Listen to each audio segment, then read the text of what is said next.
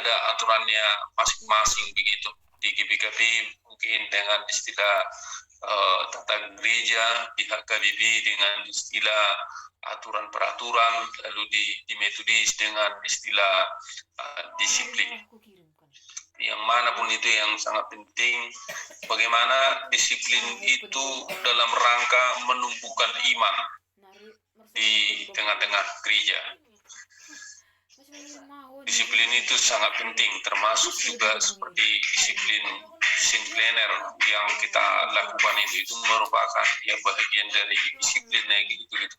Ketika kita konsisten menjalani disiplin, apakah itu discipliner yang sudah kita rancang begitu, disitulah akan kita temukan hikmat, akan kita temukan makna-makna daripada kehidupan itu untuk lebih dalam. Teman-teman, tantangan dunia digital saat ini ataupun media sosial sekarang ini yang biasa kita sebut dengan revolusi 4.0 ini, di dalam zaman ini segala sesuatu dapat digerakkan dengan jari-jari dan media sosial. Jadi digital itu artinya dari kata digitus, jadi semuanya bisa digerakkan dengan jari-jari lalu dihubungkan dengan media sosial ataupun jaringan-jaringan gitu. Jadi bagaimanapun dalam revolusi 4.0 ini kan zaman saudara-saudari, zaman milenial, zaman generasi Z ini, bagaimana kita bisa menghadapinya dengan disiplin. Kalau tidak ada disiplinnya, ya bisa nanti tidak ada tujuan kehidupan kita, arah kita, tidak tahu kita mau kemana kita begitu, dan kita bisa dalam revolusi industri 4.0 yang terjadi sekarang ini adalah kita bisa cepat melompat dari satu ke yang lain. Kurang apanya? Bisa dampaknya kurang pendirian. Jadi orang yang berdisiplin itu sebetulnya dia mau belajar punya pendirian dalam kehidupan ini. Tetapi harus dengan kritis, sistematis, dan logika gitu. Setiap temuan manusia dalam revolusi industri itu baik, tetapi bisa terselip hal-hal yang buruk. Itulah tipu muslihat Satan. Temuannya baik, manusianya bisa salah menggunakan yang baik itu. Katakan saja dalam temuan itu adalah media sosial ataupun revolusi industri 4.0 ini gitu kan. Jadi baik temuan itu tapi terselip gitu. Jadi bisa kita kenali apa yang terselip itu gitu. Jadi ini ada tokoh dari Romo dari Katolik ini, Johannes Bayu, bisa juga dilihat dalam YouTube, ada banyak di YouTube-nya. Jadi dia mengatakan bahwasannya tipu muslihat Satan masa kini dalam media sosial ataupun dalam dunia digital kita bisa terselip, bukan terselip ya, terselip pornografi begitu. Jadi ya bisa kita lihat itu di tengah-tengah media sosial itu langsung itu ada porno aksi gitu. Gambar-gambar yang menarik dari perempuan itu kan, cantik lagi yang apa gitu, bisa dilihat di situ. Pornografi itu dari seluruh dunia gitu. Nah, ketika sudah pornografi ini masuk, ya bisa terjadi juga seperti yang dikatakan dalam ayat 1 tadi, ada akhirnya percabulan begitu. Apalagi kita sudah sering apa gitu kan melihatnya, menontonnya, ya bisa sampai cepat atau lambat akan mempraktekannya. Itu dalam apa sekarang ini media sosial itu baik. Jadi bisa kita menemukan berbagai hal, kita bisa mengasah keterampilan kita bisa mengasah sebetulnya tidak kalau kita mau berdisiplin dengan baik menggunakan media sosial itu, dunia digital itu gitu, ataupun jaringan-jaringan itu dengan baik, tapi bisa terselip di dalamnya pornografi. Jadi atau kalau kita lihat dalam apa ini sekarang kan dalam dunia ini dunia apa ini terselip pornografi ini sangat besar pengaruhnya gitu. Jadi juga apa misalkan seks bebas kalau kita bisa lihat gitu di Eropa ataupun bahkan Korea Selatan yang awalnya sangat kuat dalam bergereja, dalam beribadah, tapi ini kan mereka sudah mulai bisa keluar begitu. Sempat beredar, termasuk juga masuk ke WA saya gitu, pemuda-pemudi bisa mengakses di mana saja media sosial itu dan mereka lebih tertarik apa itu gitu ke dunia pornografi itu gitu. Nah, ini gimana kita menghadapi tipu muslihat satan dalam dunia media sosial itu pornografi begitu. Dan di situ bisa terjadi revolusi seks gitu kan. Jadi revolusi seks itu kan ya sudah terjadi, ada satu perubahan yang besar dalam hal mengenali seksual itu yang bisa sampai melampaui batas gitu. Saya baru-baru ini mengikuti seminar. Jadi kekerasan seksual itu bukan hanya bagi kaum perempuan, tapi juga bisa terjadi rupanya bagi kaum laki-laki, gitu kan. Jadi ada gay, ada biseksual, ada homo, ada lesbian gitu yang begitu berkembang sekarang ini gitu. Ya itu yang apa gitu bisa kita lihat dalam dunia media sosial itu. Dan orang ya tidak mempersalahkan lagi begitu. Yang penting suka sama suka, senang sama senang gitu. Terjadi satu revolusi seks yang sangat luar biasa begitu. Jadi semalam juga saya mengikuti seminar atau saudara-saudari mengikuti seminar LK3 itu lembaga keluarga Kristen kreatif. Ya penyembuhan daripada revolusi seks itu ataupun katakanlah LGBT itu rupanya bukan gampang, apalagi sudah kecanduan. Kalau kita misalkan sudah kecanduan ya harus direhab. Bisa proses rehab itu seperti rehabilitasi narkoba itu. Itu apanya dampaknya. Nah, dan juga bisa terjadi aborsi ataupun pengguguran bayi dengan merasa tidak bersalah. Wah ini kan rahim saya ini, ngapain kamu ngurusin rahim saya? Ya, saya lah yang menanggung itu. Jadi dia tidak merasa berdosa lagi dalam melakukan aborsi gitu. Dan juga ada relativisme moral gitu. Jadi tidak ada lagi dasar untuk berpijak, untuk menjalani kehidupan ini secara moralitas. Tidak ada lagi seperti kita Indonesia ini Pancasila menjadi satu pedoman dalam hidup bermoral. Yang penting kebaikan itu bisa dikompromikan semua begitu. Nah ini tantangan daripada revolusi industri 4.0 yang sebetulnya sangat baik, pekerjaan bisa cepat dan juga hubungan bisa cepat dalam revolusi industri 4.0 ini, seperti ada ini Zoom, ada Instagram, ada WA gitu kan, ada Twitter, semua itu kan dalam rangka mempercepat semua sebetulnya. Tapi di dalamnya ya bisa terselip hal-hal yang buruk yang menjadi pekerjaan tipu muslihat satan gitu.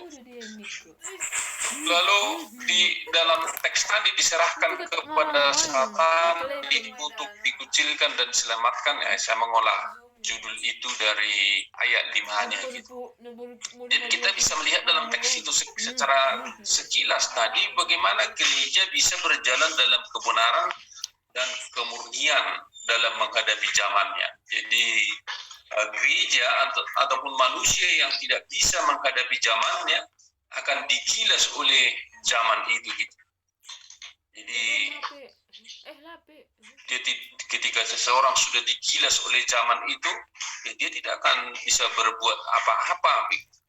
Tapi ketika orang bisa menjawab zamannya, dia mampu menunjukkan apa itu kebenaran dan kemurnian. Nah, itu bisa terjadi ketika kita mau berdisiplin dalam hidup ini. Gitu. Paulus mendorong gereja untuk berani menyatakan suara kebenaran dan kemurnian yang dimulai dari dalam gereja itu sendiri gitu. Jangan dari luar gereja dulu gitu. Itulah dengan istilah induktif ke deduktif, dari dalam keluar. Keberanian gereja menyatakan menjadi seorang murid itu harus terbentuk di dalam persekutuan itu sendiri dengan menjalankan disiplin yang benar. Jadi disiplin ini kan berkaitan dengan pemuridan. Menjadi seorang murid adalah murid yang betul-betul setia. Jadi kita ini jadi murid, jadikanlah semua bangsa menjadi muridku. Maka di tengah-tengah pelayanan pun aras pelayanan kita bagaimana sebetulnya menjadi anak sekolah minggu untuk menjadi murid Yesus betul-betul gitu.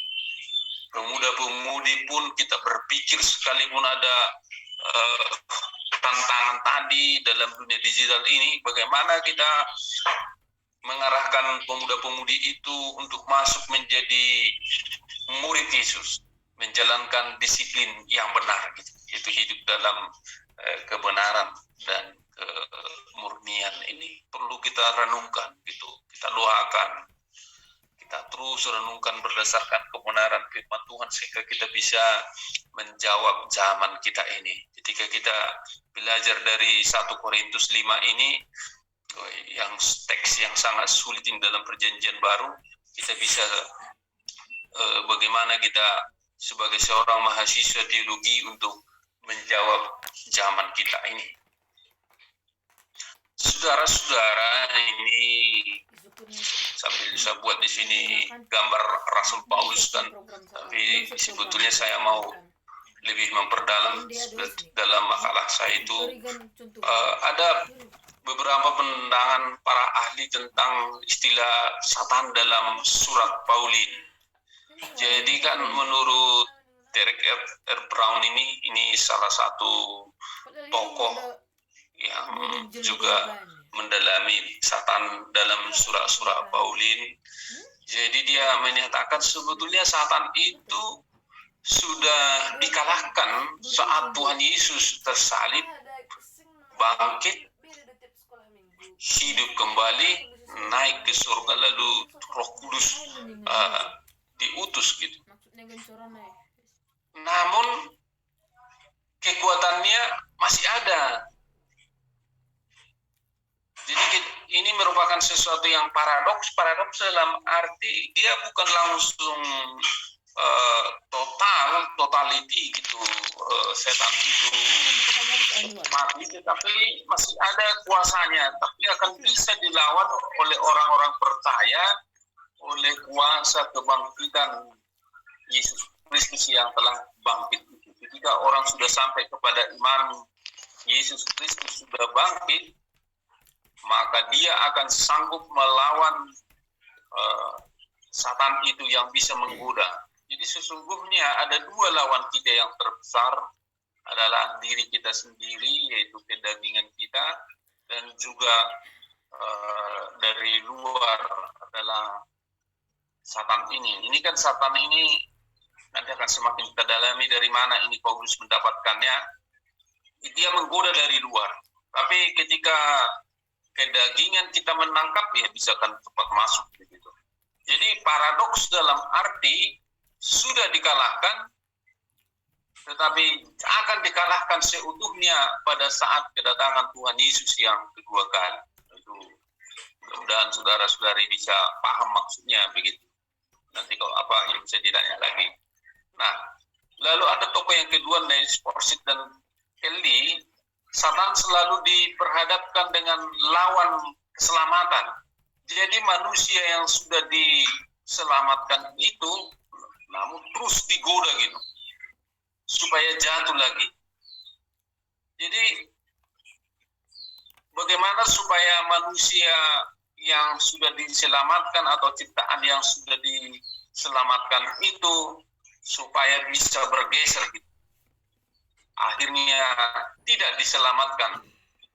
Jadi kan kalau kita baca dalam Matius 7 ayat 21 itu, bukan yang berseru kepada Tuhan-Tuhan yang masuk ke dalam kerajaan surga, melainkan mereka yang melakukan kehendak Bapa yang di surga itu. Jadi orang yang diselamatkan itu adalah melakukan kehendak Bapa yang di surga gitu. Tapi dia terus dilawankan dengan Satan supaya jangan diselamatkan. Ini pandangan dari Forsyth dan Kelly. Lalu Ray dan Mobley ini salah satu dari gereja Protestan dan juga dari Katolik yang mengarang buku The Birth of Satan, kelahiran Satan gitu kan, dari mana itu asal usulnya. Itu ada bukunya dalam bahasa Inggris. Mereka melihat bahwasannya pekerjaan Satan itu ya selalu dalam rangka menghalangi pemberitaan Injil. Misalkan kalau kita baca dalam Roma 16 ayat 20 itu ada menghalangi kasih karunia Tuhan terjadi di kalangan orang Romawi itu. Dan juga kalau kita baca di dalam kitab Tesalonika, ada yang menghalangi pemberitaan Injil itu, ya itu manusia gitu. Manusia yang telah digoda oleh Satan itu, dan Satan itu sudah ada dalam diri manusia itu, dan akhirnya menghalangi pemberitaan kebenaran Injil begitu. Jadi jangan lihat Satan itu hanya di dalam roh yang tak kelihatan ataupun orang yang kesurupan, tapi Satan itu bisa masuk dalam diri manusia itu, dan manusia itu menjadi Satan, menjadi penghalang dalam pemberitaan pekabaran Injil. Nah, ini bisa terjadi di tengah-tengah gereja kita, di tengah-tengah pelayanan kita. Tapi bagaimana kita mau menghadapinya? Nah, lihatlah bagaimana nanti Paulus menghadapinya. Kalau di kitab Roma 16 ayat 20 dikatakan, supaya kamu kuat hanya di dalam kasih karunia Kristus itu. Dengan kasih karunia Kristus itulah ya bisa melawan segala tipu muslihat Satan itu gitu. Nah, lalu Elaine Pagel ini melihat pekerjaan Satan dalam jemaat mula-mula ketika melakukan konflik di tengah-tengah pelayanan. Bagaimana itu berkonflik dia terus, tidak ada damai. Misalkan kan dengan jemaat Korintus itu kan, itu termasuk dalam konflik juga dengan nada mengatakan, aku dari golongan Apolos, aku dari golongan Kepas, aku dari golongan Kristus, aku dari golongan Paulus, kan gitu kan. Itu jadi konflik. Jadi apa itu di tengah-tengah jemaat itu merupakan bahagian daripada pekerjaan Satan. Ketika terus konflik dipelihara, jadi jangan sukalah berkonflik. Berbahagialah orang yang membawa damai, karena mereka disebut anak-anak Allah. Di mana kita menjadi duta-duta yang membawa damai di tengah-tengah pelayanan kita. Jadi bukan membawa konflik, bukan membawa permusuhan, bukan membawa hubungan yang retak di tengah-tengah jemaat, tapi kehadiran kita betul-betul menjadi perekat, membawa perdamaian, dan juga dengan istilah orang Batak, kita menjadi orang yang penjahit kalau ada yang robek gitu. Kita bisa menjadi menjembatani, kita bisa memediasi kalau hal-hal itu terjadi di tengah-tengah jemaat kita. Jadi ya dalam perjalanan 2 bulan ini bisa kita lihat itu. Jadi Jadi jangan terus mudah menyerah atau jangan ceritakan ke orang lain dulu gitu. Apakah ada jalan? Terkadang saudara-saudari lebih mudah menceritakan konflik daripada menceritakan perdamaian. Tapi belajarlah setelah mendengar pada pagi hari ini, lebih sukalah kamu menceritakan perdamaian daripada konflik ataupun pertentangan. Lebih enak menceritakannya. Lebih enak menggosip daripada menceritakan pekerjaan baik. Itu yang terjadi di tengah-tengah dunia ini sekarang ini. Tapi bagaimana kita jadi lebih enak menceritakan yang baik itu? Kalau ada yang kurang lalu kita lihat jalan keluarnya, kita ya adakah jalan perdamaian di situ? Rumusan masalah dari makalah ini, saudara-saudara mungkin sudah baca, juga masih gambar Paulus yang ini mungkin sampai juga dalam media sosial gitu. Dari manakah Paulus menemukan gagasan tentang Satan dalam suratnya? Makanya saya membahas di situ dari Perjanjian Lama, mulai dari kitab Bilangan, kitab Ayub, kitab Zakaria.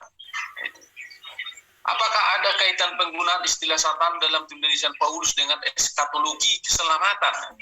Jadi apakah Paulus itu melihat istilah Satan yang dia ambil beberapa kali dalam suratnya itu artinya itu di dalam eskatologi keselamatan? Apakah ada kaitan pekerjaan Satan dengan amoralitas manusia sebagaimana di dalam teks gitu?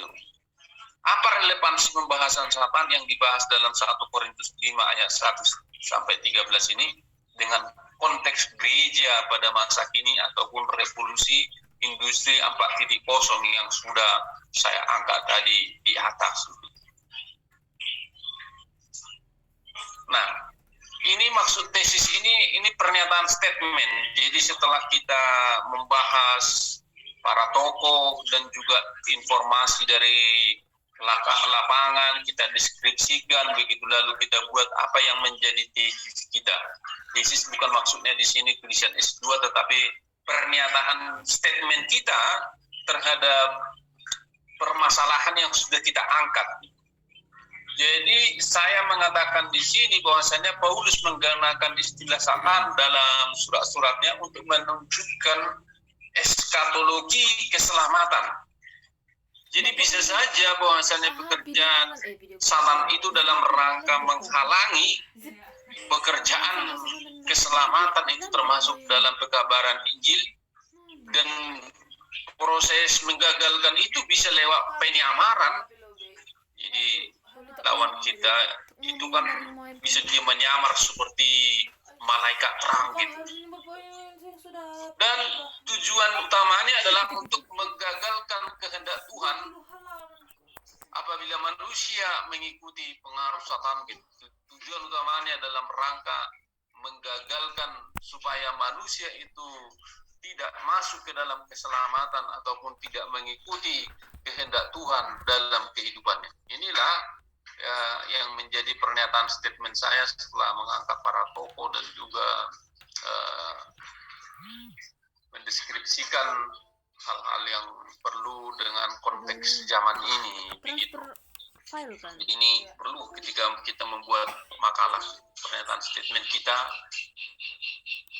Lalu metode yang saya angkat dalam menulis makalah ini adalah dengan pendekatan social scientific criticism. Jadi saya melihat teks 1 Korintus 5 ayat 1 sampai 13 itu dari faktor sosiologisnya. Jadi ketika melihat teks dari faktor sosiologisnya, apa yang terjadi di tengah-tengah masyarakat itu yang dituliskan Paulus itu, misalnya Paulus bukan menulis di tempat yang kosong ataupun di tempat kesunyian, tapi dia menulis di tengah-tengah sosiologis kemasyarakatan ataupun budaya masyarakat ataupun politik yang terjadi di tengah-tengah masyarakat. Bisa nanti akan kita lihat bagaimana kita melihat sosiologi daripada 1 Korintus ini. 1 Korintus diperhadapkan dengan pengelompokan jemaat. Jadi ada seperti saya sudah katakan tadi, ada kelompok Paulus, ada kelompok Kefas, ada kelompok Kristus, dan juga diperhadapkan dengan masalah amoral. Jadi Korintus itu terkenal dengan pelacuran bakti, kota pelabuhan.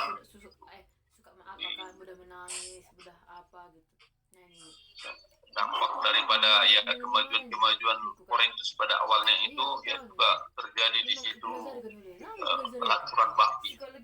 Jemaat diperhadapkan dengan kasus-kasus perzinahan. Jadi mereka ada satu bangunan itu penyembahan kepada Dewi Afrodit dalam rangka mengkultuskan daripada pelacuran bakti. Itu arti pelacuran bakti itu ada jadi satu tempat. Tapi Paulus berupaya mendorong jemaat untuk hidup kudus dan bertanggung jawab dalam kondisi sosial yang terjadi di masyarakat.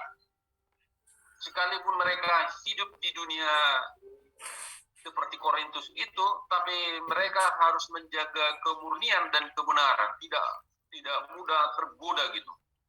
Jadi perlunya menerapkan disiplin yang benar terhadap orang yang melanggar disiplin gereja. Jadi mereka harus hidup di dalam disiplin yang benar ketika berhadapan dengan pelancuran bakti ataupun amoral seperti yang terjadi di Korintus itu. Jadi terminologi dari mana ini Paulus mendapat istilah Satan ini? Seperti rumusan masalah yang saya angkat di atas tadi.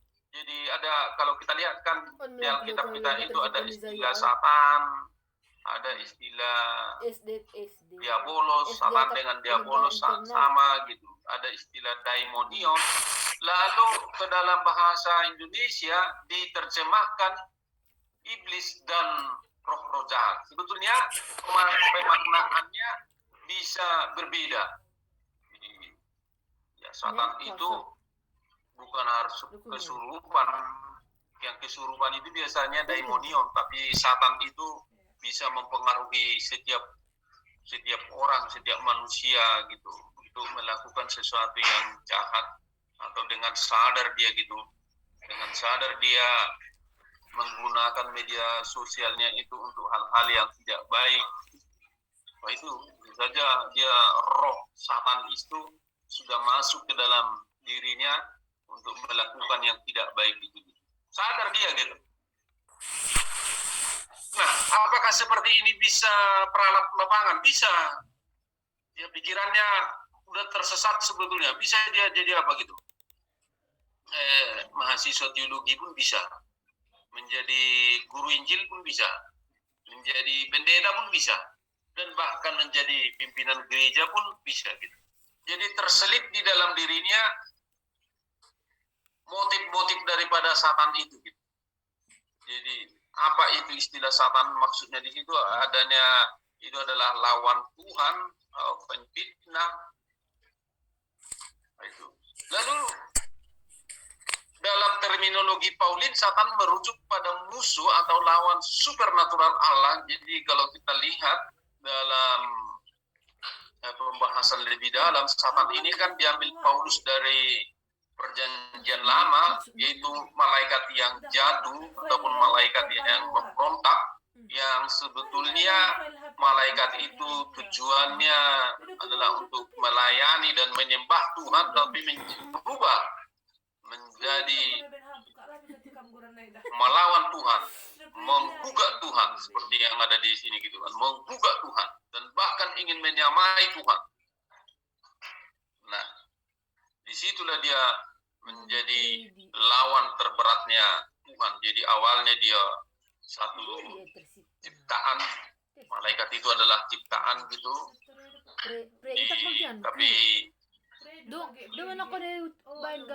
dari malaikat itu ada sepertiga memberontak. Itu bisa kita baca itu di dalam Wahyu 12, memberontak gitu. Jadi dari manakah Paulus mendapatkan terminologi Satan itu adalah pengaruh perjanjian lama. Jadi Paulus ini banyak belajar agama di Yerusalem, gurunya adalah Gamaliel. Jadi belajar di situ. Dalam bahasa Yunani digunakan dengan istilah diabolos yang artinya adalah penfitnah dan musuh. Jadi bisa dia menyamar begitu apa ini baik, tapi tujuannya untuk membinasakan Satan ini. Latar belakang Paulus menggunakan Satan dari perjanjian lama, pembahasan dalam perjanjian lama dapat dilihat melalui teks sebelum pembuangan. Jadi sebelum pembuangan itu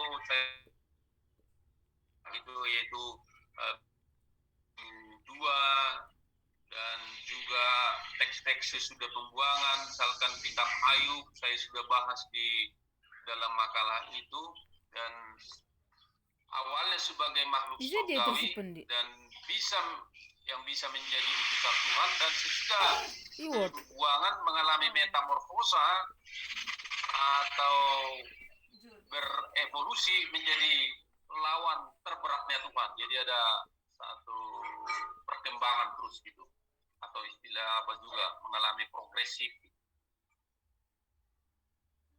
Lalu apa kaitannya dengan eskatologi yang sudah saya angkat tadi? Jadi eskatologi Paulus menunjukkan bahwasannya kedatangan Tuhan Yesus yang kedua kali yang tak seorang pun yang tahu. Jadi jangan duga-duga, karena dalam Injil pun dikatakan tak ada seorang pun yang tahu tentang kedatangan Tuhan Yesus yang kedua kali itu. Malaikat pun tidak, aku pun tidak, kata Tuhan Yesus, hanya Bapa yang tahu. Jadi tak ada seorang pun yang tahu gitu. Tapi pasti akan ada nanti suatu saat Tuhan Yesus yang kedua kali. Nah, ini lang naman koin. Tekan ba terus tekan? Masisipi ya? Sunod-sunod pa ay. Hula hita man na tepung ulo mo na keluar. Ulo jarihan ni.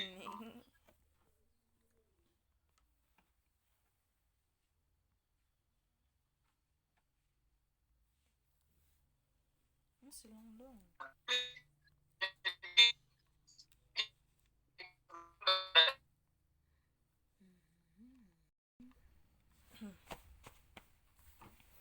Yan.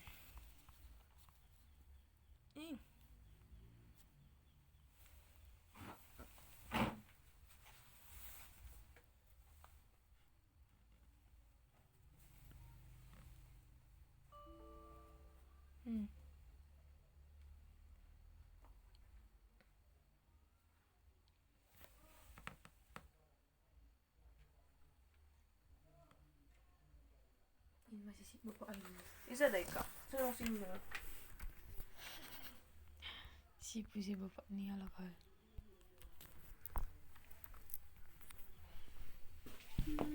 Isa na ako na file na.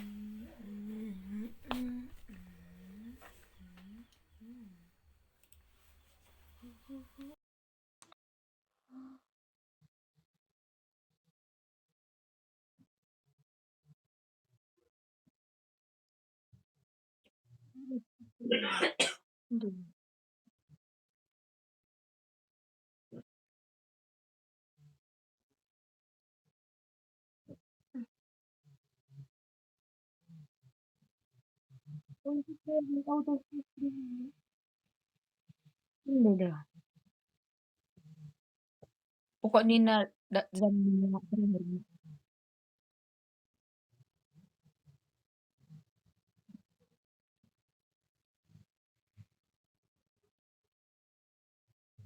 Hindi dah po.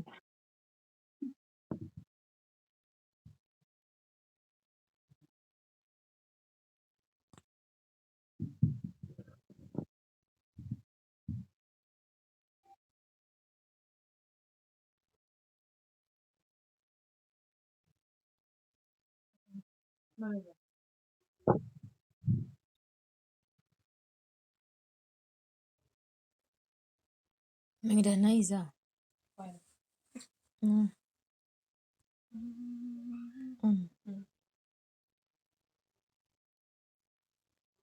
Mak, Nay, ang paling atas eh. kan? Bagi. Langsung mo kikirim mo pa. Agi si Pablo bin mo pa. Hmm? Si Pablo bin mo pa. Ih. Nah, mambetay. Di grup live buka grup.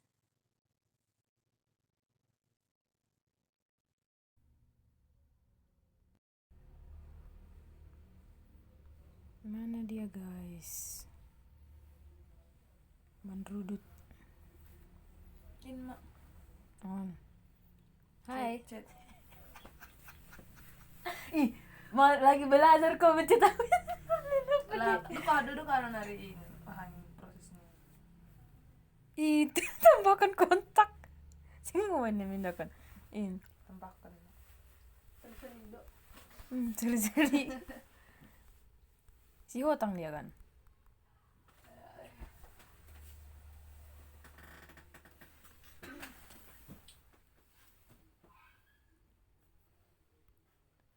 Hai, Pak.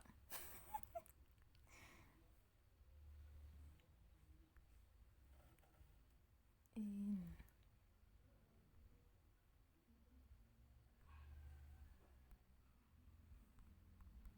Shalom tumang nih kan? Shalom tumang. Pulang lebih, terkirim lebih hamuai. Nah, mengirim. Oh. Gambar lilang kalang kak. Ujung. Dokumen. Mau, gue dong ini. Anakku nih. Kan. Terkirim lebih baru nari. Baru kirim langsung kan? Ya. Duka kamu lumba PB indep itu bukan?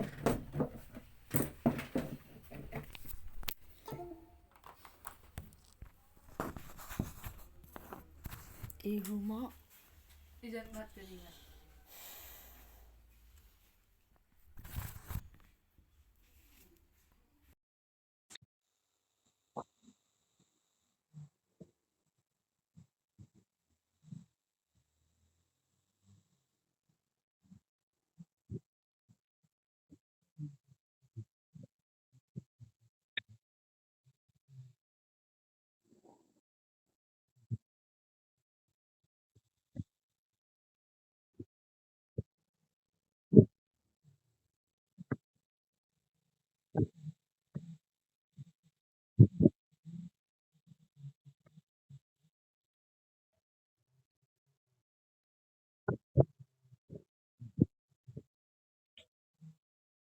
Kan?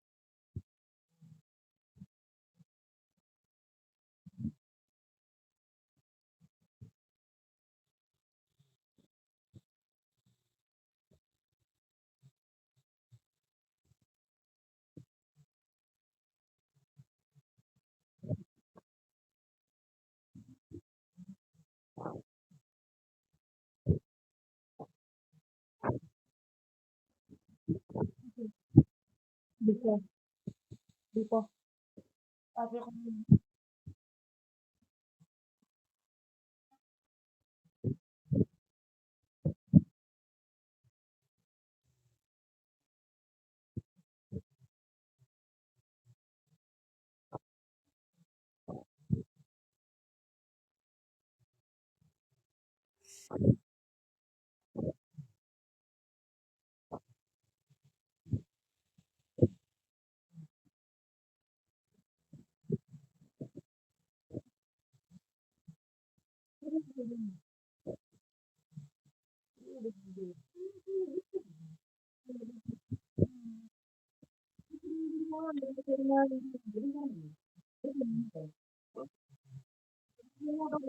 sekarang.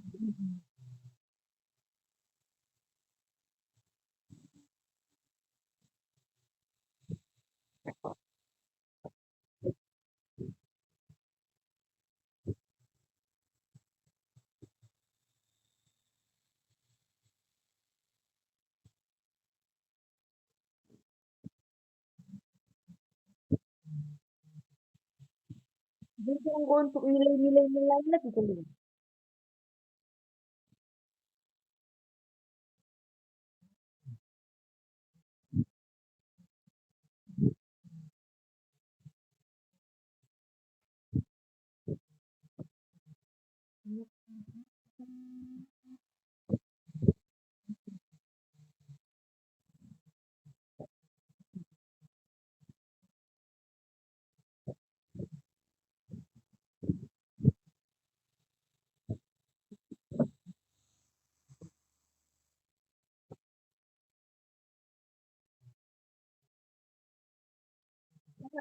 Berubah lagi.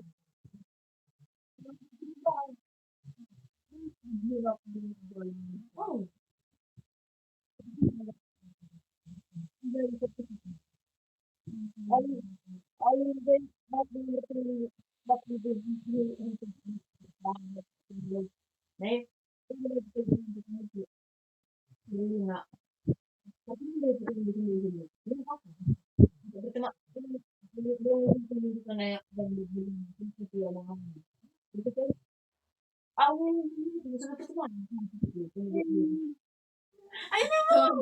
dengan Pak Dinson, Pak Silang, Pak Silang, Pak Menimpa.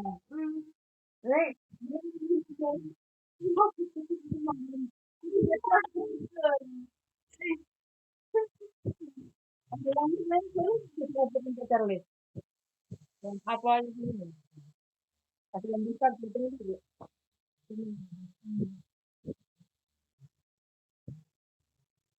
Itu mana? Jadi bagus.